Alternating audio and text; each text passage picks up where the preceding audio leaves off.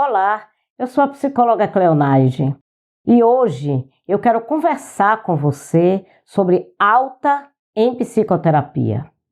Quando um paciente inicia um processo de psicoterapia, algumas coisas envolvem esse processo: o sigilo, o afeto, a sinergia entre duas pessoas, a sinceridade, uma escuta sensível e, a partir disso, a construção de objetivos terapêuticos.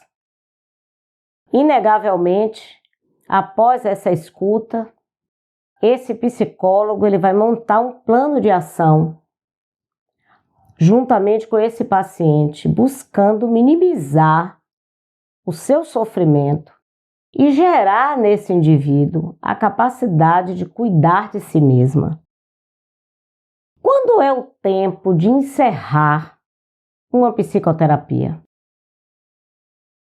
Individualizando cada pessoa como um ser único. Cada pessoa, ela vai ter o seu tempo para elaborar os seus sofrimentos, as suas angústias e o modo de administrar aqueles problemas que se tornaram ponto alto num trabalho terapêutico. Cada pessoa ela tem o seu tempo, mas o trabalho ele sempre vai caminhar para que chegue o grande dia em que o paciente ele vai estar pronto para se despedir da sua terapeuta e então seguir adiante com a sua existência.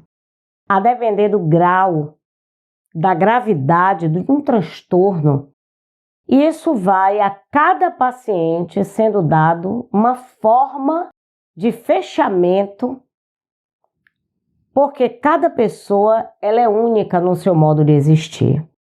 O comprometimento de cada paciente determina, de algum modo, o tempo que esse paciente também vai precisar ser tratado.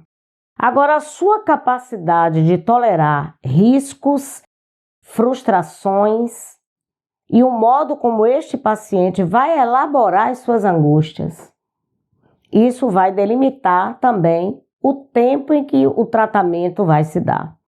A construção de um novo estilo de vida, onde compreende a observação e a construção de novos hábitos.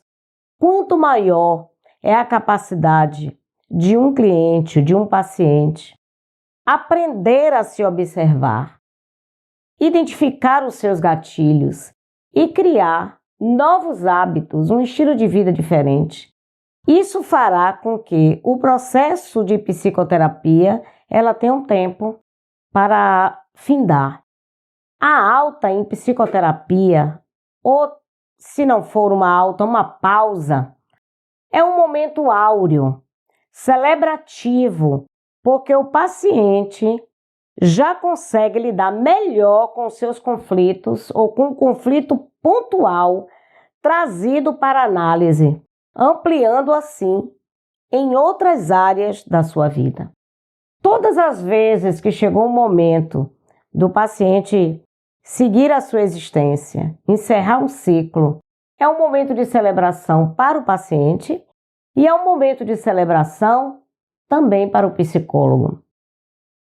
A decisão de alta de quem deve vir do paciente ou deve vir do profissional? Na literatura, tanto o paciente quanto o profissional pode ser a pessoa a iniciar esse processo de desligamento de um paciente.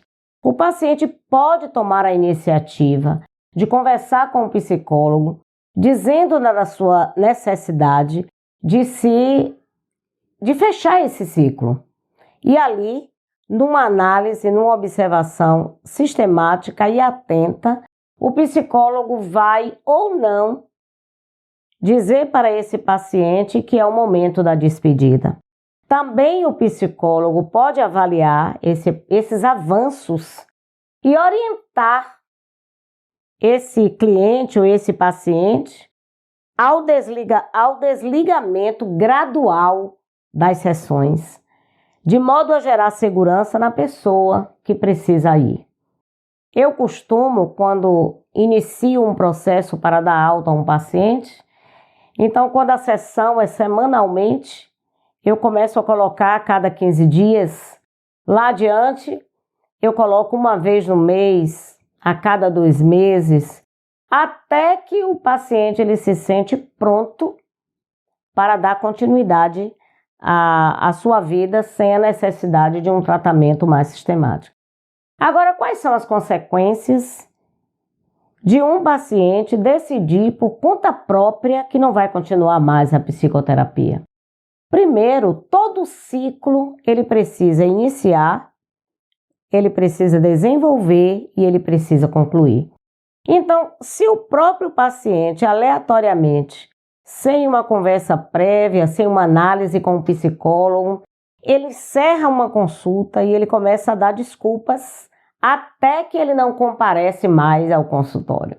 Isso acaba sendo um prejuízo para si mesmo, porque o profissional não tem a oportunidade de fazer determinados fechamentos ou trabalhar melhor alguns aspectos que o paciente vai precisar levantar uma maior atenção naquela demanda que lhe trouxe até o consultório.